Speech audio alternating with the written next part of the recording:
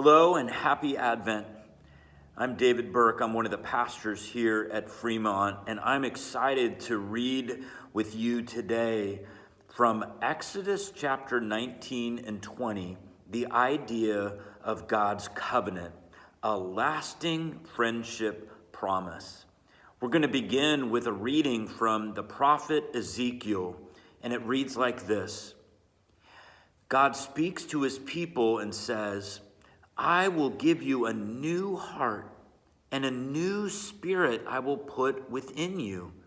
And I will remove the heart of stone from your flesh. And I will put my spirit within you and cause you to walk in my statutes and be careful to obey my rules. That's Ezekiel chapter 36, verses 26 and 27. Now, God led his people through the wilderness to Mount Sinai, and God wanted to keep a covenant, a lasting friendship promise with all of his people called Israel. He would be their God, and they would be his people. And God said to them, now therefore, if you indeed obey my voice and keep my covenant, you shall be my treasured possession among all peoples, for all the earth is mine. And you shall be to me a kingdom of priests and a holy nation. That's Exodus chapter 19, verses 5 and 6.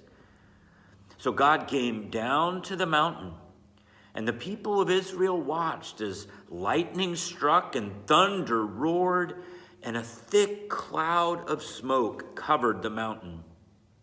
When God came down, the whole mountain trembled and shook. Now, when the Israelites saw and heard what God was like, they were scared to be near him. But God called Moses up on the mountain and gave him special instructions for how the people should live. We call these the 10 Commandments.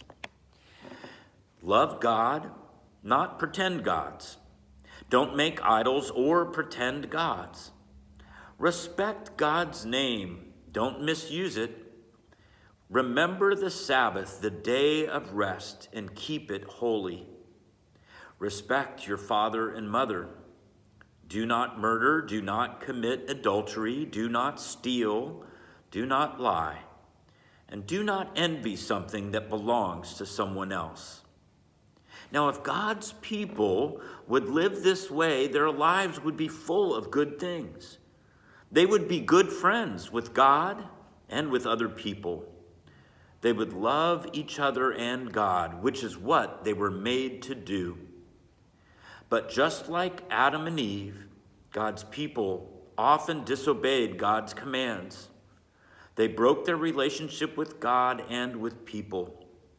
And the truth is, all of us break our relationships. To live and love as God created us to do, we all need God's help. We need him to rescue us and give us new hearts, hearts that want good for others. So my question for all of us is, how can we follow God's commands? Grace and peace to you this Advent. God bless you.